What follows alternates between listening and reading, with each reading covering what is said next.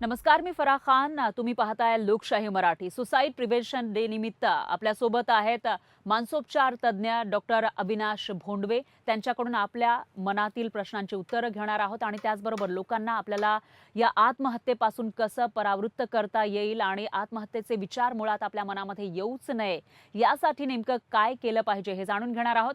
Doctor Bhondwe, आपलं खूप खूप स्वागत आहे लोकशाही मराठीवर. नमस्कार. डॉक्टर, माझा पहिलाच प्रश्न हा आहे, की जसं मी सुरुवातीला सांगितलं, जगभरामध्ये 7 लाख पेक्षा जास्त लोक हे आत्महत्या करतात. एवढं सुंदर हे जीवन आहे. पण ते लोकं आपल्या या मनाने ते संपवताना या ठिकाणी पाहायला मिळतात. मग ते सेलिब्रिटी असो, वृद्ध असो किंवा टीनेजर्स यांच्यामध्ये आत्महत्येचं प्रमाण आपल्याला जास्त दिसतं. तर हे लोक नेमकं आत्महत्या का करतात? आत्महत्येमागची कारणं नेमकी काय आहेत? सर्वात प्रथम जागतिक आत्महत्या प्रतिबंधक दिवसासाठी आपण हा जो कार्यक्रम आयोजित केलेला आहे त्याबद्दल लोकशाहीचं अभिनंदन. आपण म्हणालात त्याप्रमाणे जगामध्ये आत्महत्येचं प्रमाण तर खूप जास्त आहेच. पण भारतामध्येही दरवर्षी साधारणतः 2 लाख लोक आत्महत्या करतात. भारतातही मृत्यूचं चौथं कारण आहे. किंबहुना नुकतीच जी आकडेवारी प्रसिद्ध झाली, त्याप्रमाणे दरवर्षी साधारणतः 6% वाढ या मृत्यूंमध्ये होतीये. असं म्हणलं तरी चालेल, की दर मिनिटाला कमीत कमी 2 लोक रोजच्या रोज आत्महत्या करत असतात. इतकं हे अतिशय गंभीर गोष्ट आहे.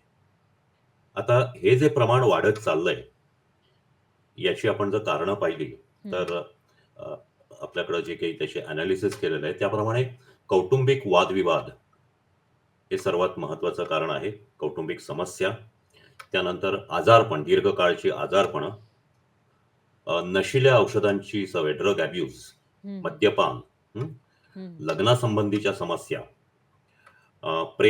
प्रेमासंबंधीच्या किंवा प्रेमभंग, कर्जबाजारी होणं, हं, हं, नोकरी न मिळणं, बेकारी, परीक्षांमधलं अपयश, नोकरी, धंदा, व्यवसाय याच्यामधले खूप मोठ्या समस्या, जवळच्या व्यक्तीचा मृत्यू, हं, हं, मालमत्तेसंबंधी समस्या, गरिबी, सार्वजनिक प्रतिष्ठा लयाला जाणं, हं, हं, विवाहबाह्य संबंध, वंध्यत्व किंवा इम्पोर्टन्स, हं, बलात्कार, शारीरिक अत्याचार, विवाहपूर्व गर्भधारणा, ही सर्वात महत्त्वाची कारणं या क्रमानेच दिसून आलेली आहेत. आणि तुमच्या जर लक्षात आलं, तर ही सर्व कारणं हं, हं. ही आजच्या जी फास्ट जीवनशैली आहे, अ, त्याच्यासाठी आजच्या जीवनशैलीमध्ये जे प्रत्येकजण धावतोय, प्रत्येकजण आपल्याला काहीतरी साध्य करण्यासाठी प्रयत्न करतोय. हं, हं. त्याच्यामुळं ताणतणाव वाढतोय आणि त्यातून ह्या सर्व समस्या निर्माण होतायत. हं, हं. खरं हे कारण आहे, की हं, त्याच्यामुळं आत्महत्येचं प्रमाणही साहजिकच वाढतंय. हं. पण डॉक्टर भोंडवे, याच्यामध्ये जसं मी सांगितलं, की जे टीनेजर्स आहेत त्यांच्यामध्ये आत्महत्येचं प्रमाण सगळ्यात जास्त आहे. तर मग त्यामागे नेमकं काय कारण असेल? कारण बरेचसे आपल्या देशामध्ये आपण बघितलं तर बरेचसे टीनेजर्स हे पॅरेंट्सवर अवलंबून असतात, तरीसुद्धा आत्महत्येसारखं टोकाचं पाऊल ते उचलताना दिसतात. तेच आहे, की टीनेजर्समध्ये आहे. टीनेजर्स म्हणजे 13 ते 19 वर्षाची जी मुलं आहेत, हं, हं. जी अजून युवक झालेले नाही, युवक होण्यापूर्वीची, त्याला आपण पौगंडावस्था म्हणतो. हं, हं. तर यामध्ये मुख्य कारण साहजिकच परीक्षेतलं अपयश हे मोठ्या प्रमाणात दिसतं. हं, हं, हं. आता आपण पाहिलं तर कोटासारख्या गावामध्ये आज खूप मोठ्या प्रमाणात आत्महत्या दिसून येत आहेत. तर परीक्षेसाठी जे काही आपल्या इथं मोठे मापदंड केलेले आहेत, काही मोठ्या गोष्टी हे केलेल्या आहेत, की माझ्या मुलाला इथे ॲडमिशन मिळालीच पाहिजे. हं, हं. मुलाच्याही मनावर ते असतं. तर ह्या ज्या वाढलेल्या अपेक्षा आहेत, त्याला आपण कमी पडतोय हे मुलांच्या लक्षात येतं. ज्यावेळेला पुन्हा-पुन्हा ज्यावेळेला अपयश येतं, त्यावेळेला हा आत्महत्येचा मार्ग पत्करला जातो. हं, हं. त्याचप्रमाणे आत्ताच्या ही जी जीवनशैली आहे किंवा आत्ताचं जे जीवन आहे तरुणांचं, हं, हं. याच्यामध्ये स्त्री-पुरुषांमधले संबंध हे थोडे कमी हे झालेले आहेत, म्हणजे सहजी होऊ शकतात. हं, हं. त्याच्यामुळं प्रेमभंग हं, हं. आणि त्याबद्दलच्या समस्या, हं. हे सुद्धा एक कारण आहे. आणि आणखीन महत्त्वाचं गोष्ट म्हणजे आभासी जगामध्ये आपण हं. जर पाहिलं तर ह्याही गोष्टी खूप मोठ्या प्रमाणात वाढतायत, की वेगवेगळ्या सोशल मीडियावर जे काही कॉन्टॅक्ट्स होतात, त्यामधून ज्या गोष्टी होतात, त्याच्यामध्ये जो अपेक्षाभंग होतो, त्यामध्ये ही मुलं नैराश्यात जातात. त्यातूनही आत्महत्या होतात. त्याचबरोबर कित्येकदा त्याच्यावरून धमकावण्या किंवा अशा गोष्टी घडतात. त्याच्यामधून त्या मुलांनाही त्रास दिला जातो, मुलींनाही त्रास दिला जातो. तर या सगळ्या गोष्टीतून आत्महत्या हे करतात. आणखीन एक म्हणजे आपण जर पाहिलं तर जे काही गेम्स आहेत हं, हं. याच्यामध्ये आभासी ह्याच्यावर हं, सोशल हं. मीडियावर किंवा अशा, तर हं, हं. त्यामध्ये व्हिडिओ गेम्स किंवा इतर गेम्स, तर त्यामध्ये अशा प्रकारची मनोवृत्ती त्या मुलामध्ये निर्माण होते, हं, हं. की आता इथं आपण वरून उडी मारायची हं, हं. किंवा आपल्या जीवाचा घात करून घ्यायचा. ओह! तर ही सगळ्या गोष्टी ज्या आहेत, हं, हं. ह्या मुलांमध्ये जास्ती प्रमाणात दिसून येतात. हं, हं. आजच्या आपण पाहिलं तर आता जो कुटुंब आहे, हं. हे विभक्त कुटुंब आहे, एकत्र कुटुंब नाहीये. आई-वडील दोघंही नोकरीला असतात किंवा ते त्यांच्या त्यांच्या कामात असतात आणि त्यामुळं मुलांवरचं लक्ष, त्यांच्या ज्या काही आपल्या जीवनाबद्दलच्या ज्या मूलभूत गोष्टी आहेत, हं, हं. याबद्दलच्या ज्या भावना आहेत किंवा ज्या संस्कार आहेत, हेही कमी पडतात हं. आणि त्यामुळं हे मुलं अशी भावनेच्या भरात वाहून जातात, काही गोष्टी घडतात. त्यामधून आधी चिंता आणि मग नैराश्य निर्माण होतं आणि साहजिकच यामध्ये ड्रग्ज आणि वेगवेगळ्या प्रकारचं म्हणजे मद्यपान किंवा इतर प्रकारची जी व्यसनं आहेत, याचा त्याच्यामध्ये समावेश होतो आणि बऱ्याचदा याच्यातूनच अ, आत्महत्येचं आत्महत्या आपला तो प्रवृत्त होतो असं लक्षात येतं. डॉक्टर भोंडवे, आपण बघतो की शेतकऱ्यांमध्ये सुद्धा आत्महत्यांचं प्रमाण आपल्या महाराष्ट्रामध्ये जास्त असल्याचं दिसून आलं आहे. पण याच्यामध्ये एक प्रश्न उपस्थित होतो. आज आपण सुसाईड प्रिव्हेन्शन डे निमित्त बोलतोय. तर या लोकांमध्ये ज्यांना आत्महत्येचे विचार सतावत असतात किंवा त्यांच्या मनामध्ये वारंवार आपल्याला संपवावं, आपलं जीवन संपवावं असे विचार येतात, त्या लोकांना आपण ओळखू शकतो का? काही सिम्प्टम्स अशा लोकांमध्ये दिसतात का? अ, ह्या लोकांमध्ये आत्महत्या होण्याआधी हं, हं. ज्या गोष्टी घडतात, त्यांची जी विचारसरणी असते, हं, हं.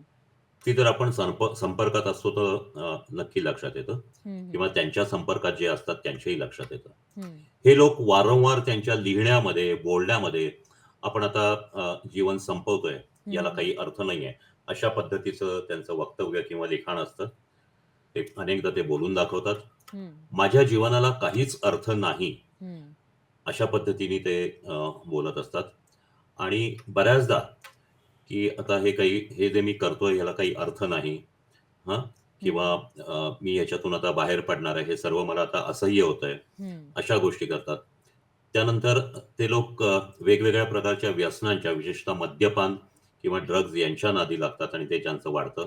हं, हं. लोकांपासून ते दूर राहायला लागतात. हं. लोकांना टाळायला लागतात. म्हणजे घरगुती समारंभ असतील, मित्र असतील किंवा इतर जिथं लोक एकत्र येतात, अशा गोष्टी टाळायला लागतात. हं. अ, आणि त्यांच्या वागण्यामध्ये हं, हं. जे काही एक प्रकारचं रेकलेस म्हणजे धोका पत्करण्याची प्रवृत्ती वाढते. हं, हं. म्हणजे वाहन चालवताना असेल किंवा इतर गोष्टी असताना हे दिसतात. हं. सतत चिड होते. ओह! त्यांचे मूड असतात हे सतत बदलतात. आत्ता हा व्यवस्थित चांगला वागतोय आणि नंतर एकदम हे होऊ शकतात. हं. आणि ह्या सगळ्या ह्याच्यामध्ये ते आपण कुठल्यातरी एखाद्या मोठ्या तुरुंगात सापडलोय, अशा पद्धतीचं त्यांचं वातावरण असतं आणि ते लोकांपासून दूर जात राहतात. हे हं, लगेच हं. लक्षात येतं.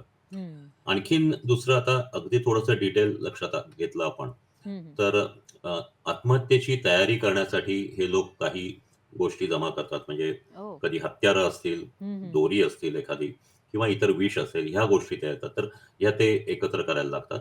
हं, तर हं. अशा पद्धतीने त्यांच्या संपर्कात जर कोणी असेल, हं, हं. तर त्यांच्या हे लक्षात येऊ शकतं. ओह! ओके. बऱ्याचदा असं म्हटलं जातं, की मनातल्या गोष्टी हे लोक सांगत नाहीत. हं, हं, हं. परंतु त्यांचं वागणं, विचार आणि त्यांचं जे बोलणं आहे, ज्याला आपण रीडिंग बिटवीन लाईन्स म्हणतो. हं, हं. त्यांच्या बोलण्याचा जो अर्थ आहे, हं. तो जर आपण समजून घेतला, तर निश्चितच आपल्याला ह्याची चाहूल लागू शकते.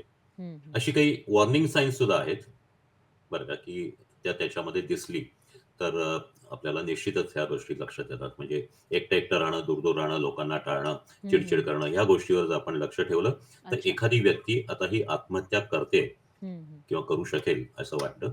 कित्येकदा हे लोक आत्महत्या करण्याचे विचार बोलूनही दाखवतात. हं, हं, हं. जे विचार बोलून दाखवतात त्याच्यातले 30% लोकं आत्महत्या करतात, असं साधारणतः ओह! अ, अशा आकडेवारी आहे. हं, हं, हं. तर त्यामुळं अशा लोकांवर त्या पद्धतीने आपल्याला लक्ष ठेवावं लागतं. हं. त्यांची जी पार्श्वभूमी आहे, म्हणजे ज्यामुळे त्यांना निराशा येईल किंवा हे म्हणजे समजा त्यांना नोकरी गेली किंवा हं, हं. खूप कर्जबाजारी झालेत, घरामध्ये काही प्रापंचिक वाद झालेत किंवा अजून काही किंवा मुलगा मोठ्या परीक्षेत अपयशी ठरला.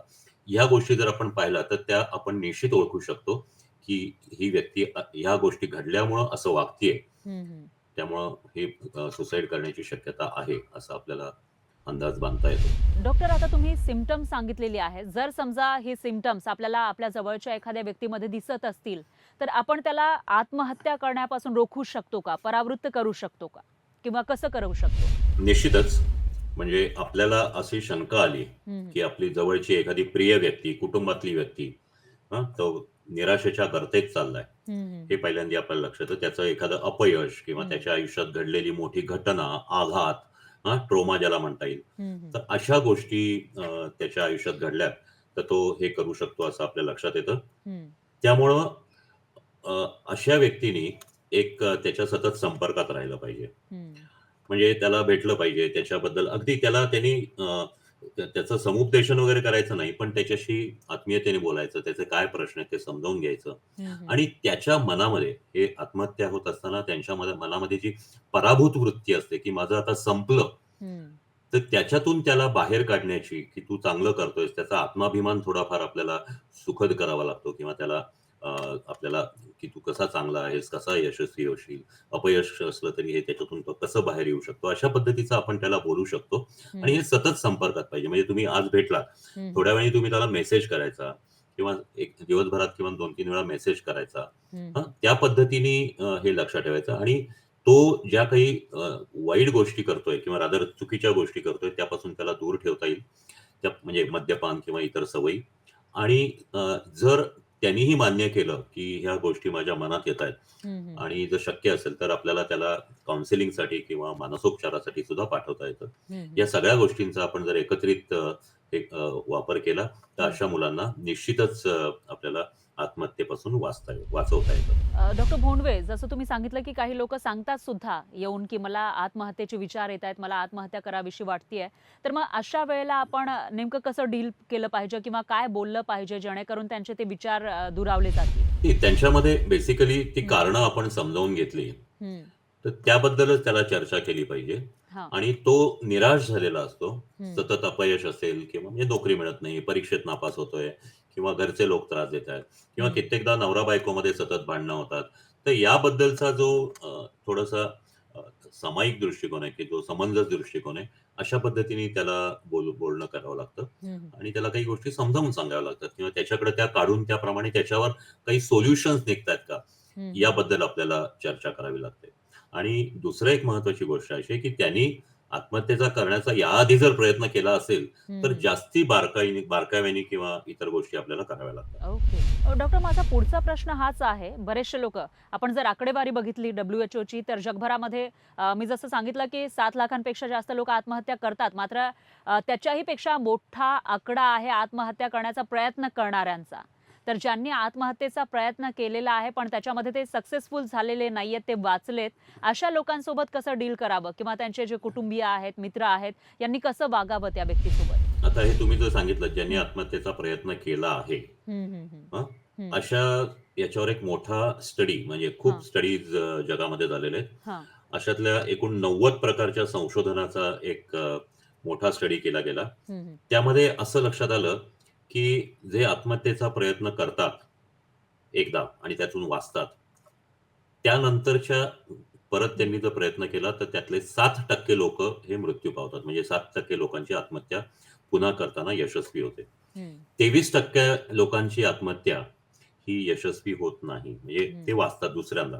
हो. आणि 70% लोक त्यांना जर योग्य समुपदेशन केलं हं, हं. किंवा घरच्या लोकांनी त्याला जर संपूर्ण सपोर्ट केला, तर ते निश्चितच पुन्हा प्रयत्न करत नाहीत आयुष्यात.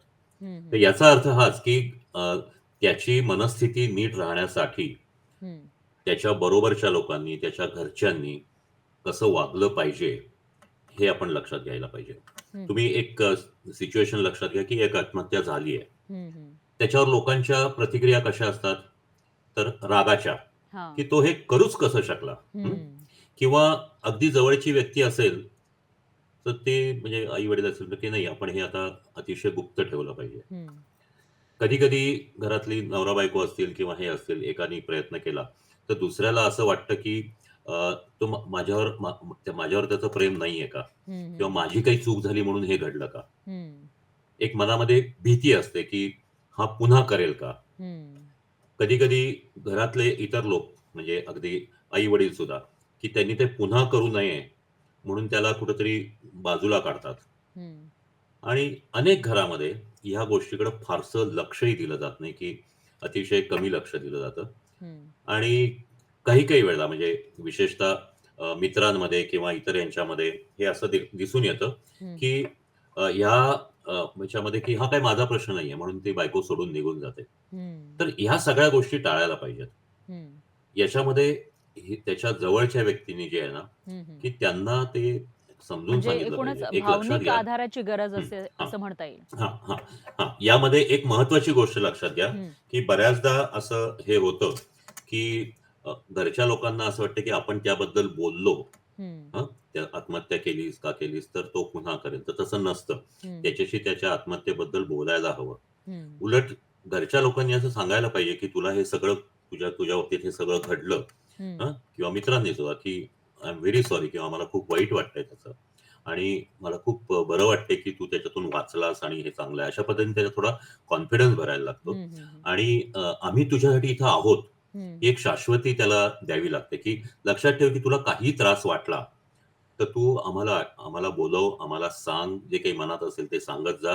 हं, दिवसाच्या, रात्रीच्या कोणत्याही वेळेस हे असेल तर तुम्हाला कॉन्टॅक्ट कर. आपणही कॉन्टॅक्ट करत राहायचं आणि त्याला कॉन्टॅक्ट करावा हं, हं, याबद्दल लक्ष द्यायचं. असं अनेक आत्महत्यांमध्ये घडलेलं आहे, की ती व्यक्ती आत्महत्या करण्यापूर्वी कोणाला तरी फोन करते आणि नेमका हं, ती व्यक्ती तो फोन घेत नाही हं, किंवा मग त्याला पाहिजे तो सपोर्ट त्यातून मिळत नाही. हं, आणि याबद्दल जे आहे, की हे जे घडलंय, हं, याच्यामध्ये त्या आत्महत्या करणाऱ्या व्यक्तीला दोषी आहे अशा पद्धतीचं फिलिंग येऊन देता कामा नये. हं, तर ह्या महत्त्वाच्या असतात आणि साहजिकच त्याला थोड्याशा गोष्टी सांगून किंवा त्याचं मनाला हं. पटवून काउन्सिलर आणि सायकियाट्रिस्ट या दोन्ही पद्धतीची ट्रीटमेंट त्याला द्यावी लागते. निश्चितच. डॉक्टर भोंडवे, तुम्ही आता मला सांगितलं, की समुपदेशन करावं अशा व्यक्तींचं.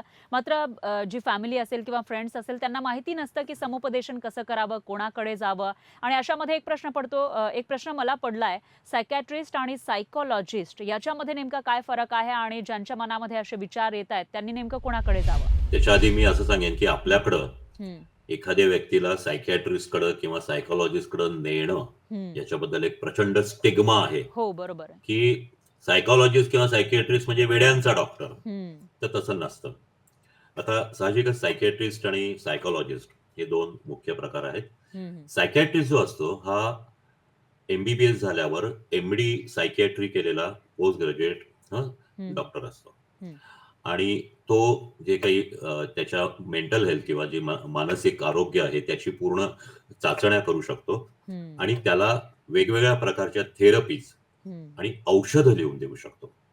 सायकियाट्रीची औषधं लिहून देण्याचा हे फक्त सायकियाट्रिस्टला असतो. हं, हं, आणि काही प्रोसिजर्स असतील तर कुठल्याही म्हणजे पूर्वीचं ते ज्याला आपण ई-सी-टी किंवा शॉक देणं म्हणतो, अशा प्रकारच्या थेरपीजही तो सजेस्ट करू शकतो. हं, हं, याच्या उलट सायकॉलॉजिस्ट जो असतो, हं, हा बी-ए किंवा एम-ए सायकॉलॉजी घेऊन झालेली व्यक्ती असते. त्यांना म्हणजे ॲडव्हान्स सायकॉलॉजीचा त्यांनी अभ्यास केलेला असतो. त्याची पदवी घेतलेली असते आणि ते अ, म मानसोपचार जे आहेत, मनाचे जे आजार आहेत, हं, हं, हं, तर ते डायग्नोज करायला त्यांचं पूर्णपणे समर्थ असतात. हं, पण त्यांची जी ट्रीटमेंट असते, ती औषधांची नसते. हं, तर त्याच्यामध्ये बोलणं, सल्ला देणं किंवा काही गोष्टी करून घेणं अशा हं, असतात. हं, म्हणजे त्याच्यामध्ये त्याला कॉग्निटिव्ह बिहेवियर थेरपी म्हणतात किंवा सायको एनालिटिक थेरपी म्हणतात हं, किंवा एक डायलेक्टल बिहेवियर थेरपी पण आहे.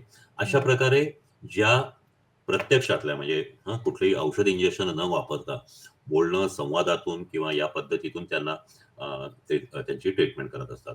थोडक्यामध्ये सायकियाट्रिस्ट जे असतात ते ह्या हं, हं, हं, प्रकारच्या आजारामध्ये पूर्ण ट्रेन असतात.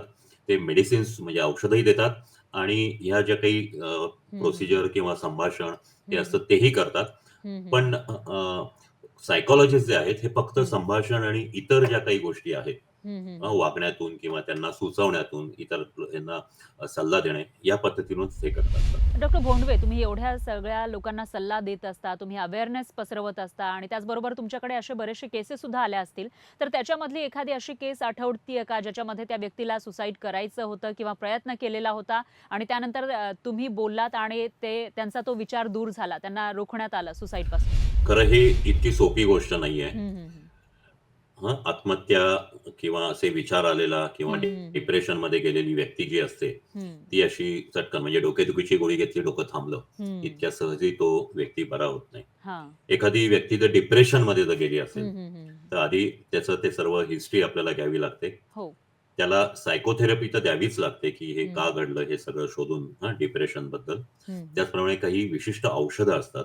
त्याच्या डिप्रेशनची कुठली स्टेज आहे, कुठला प्रकार आहे, हं, ते हं. बघून त्याप्रमाणे औषधं द्यावी लागतात आणि सर्वात म्हणजे त्याला स्वतः काही गोष्टी करायला उद्युक्त करावं लागतं. हं, हं, हं. म्हणजे असं आहे, की ते एकटं-एकटं राहणं हे सोडून लोकांमध्ये मिक्स व्हायला पाहिजे. हं, हं. काही छंद किंवा काही आवडीच्या गोष्टी या हं. त्यांनी केल्या पाहिजेत. हां, नियमित व्यायाम केला पाहिजे. हं. खाणं-पिणं जे आहे ते त्याचा जो संतुलित आहार तो त्यांनी घेतला पाहिजे आणि मित्र वाढवले पाहिजेत. हं. व्यसनं टाळली पाहिजेत. ह्या गोष्टी त्याच्यामध्ये आपल्याला अ, हे करता येतात आणि त्याचबरोबर त्याची जी समुपदेशन असतं, हं. त्यामध्ये त्यांनी स्वतःचे प्रश्न हं. स्वतःच सोडवण्यासाठी तो पूर्ण त्याची क्षमता वाढली पाहिजे हे बघावं लागतं. हं. आता यामध्ये इतरही काही गोष्टी आपल्याला हे असतात ते इतरांकडून करून घ्याव्या लागतात. हं, त्याच्यामध्ये हं, हं. साधारणतः मेडिटेशन, हं. योगा हं. किंवा खेळ हं. काही विशेष हे आहेत, की एक्सरसाइज आणि खेळ हे हं. सर्वात मोठे स्ट्रेस बस्टर असतात त्यांना बाहेर काढण्यासाठी. हं. तर अशा पद्धतीच्या गोष्टी त्याच्याकडून करून घ्याव्या लागतात. आता तुम्ही माझ्याकडचं म्हणाल तर असे अनेक केसेस मी पाहिलेले आहे. विशेषतः अ, ज्या जास्ती केस येतात त्याप्रमाणे तरुणांमध्ये परीक्षेत नापास होणं हं. आणि प्रेमभंग होणं हं. हे 2 मुख्य कारणं दिसतात. आणि मध्यमवयीन लोकांमध्ये नवरा-बायकोची भांडणं ओह! खूप मोठ्या प्रमाणातले वादविवाद हं, हं, हं. याच्यामध्ये पुरुषही येतात, स्त्री येतात. हं. स्त्री येते. तर अशा पद्धतीच्या अनेक आहेत की त्यांच्या बोलण्यामधून हे लक्षात येतं की ते डिप्रेशनमध्ये गेलेले आहेत हं. आणि आता या जीवनाला संपवलं पाहिजे किंवा हं. आता याच्यात काही अर्थ नाही. अशा प्रकारे हे करायला लागतं. हं, हं. अशा लोकांना एक गोष्ट आहे की त्यांनी व्यक्त होणं आवश्यक असतं. काय असतं की मनातले विचार फक्त मनातच राहतात. हं. त्यांनी त्यांच्या मित्रांना हे पाहिलं तर आपण हे पक्कं असतं की मग ती स्त्री असो, तरुण मुलगा असो, हो. तो स्वतःच्या मनातल्या गोष्टी इतरांना सांगत नाही, हं, हं, हं. व्यक्त होत नाही. हं. हे असं आपण त्यांना सांगितलं मित्र बनव म्हणून थोडेच ते मित्र बनवतात हं. किंवा हा हा घे तुला मित्र बरोबर. असंही आपण देऊ शकत नाही, हे औषध घे हं. असं. तर अशा लोकांना आपण बऱ्याचदा असं सांगतो की तुझ्या मनात जे येईल ना ते लिहून काढ. हं. पूर्ण मनातले सगळं म्हणजे जसं डायरी लिहितो आपण त्याप्रमाणे त्यांनी लिहावी. हं, हं, हं. आणि एक लक्षात घ्या की निश्चितच. अशी डायरी लिहिणं, हं, हं, हं. व्यक्त होणं याच्यामध्ये त्या मुलाच्या मनातलं जे टेन्शन, डिप्रेशन जे असतं, हे हं, हं. निश्चितच त्याची पातळी थोडी कमी होते. निश्चितच. आणि हं. साहजिकच मग इतर गोष्टीचंही त्याला आपण हे करता येतं. हं. आता नुकतंच तुम्ही जर पाहिलंत, हं, हं. तर अशा पद्धतीचे आता जे मोठ्या परीक्षांचे रिझल्ट लागतात, हो, हो. त्यानंतर 12वीचे असतील किंवा इव्हन काही उच्च हं, हं, हं. शिक्षणाचे असतात.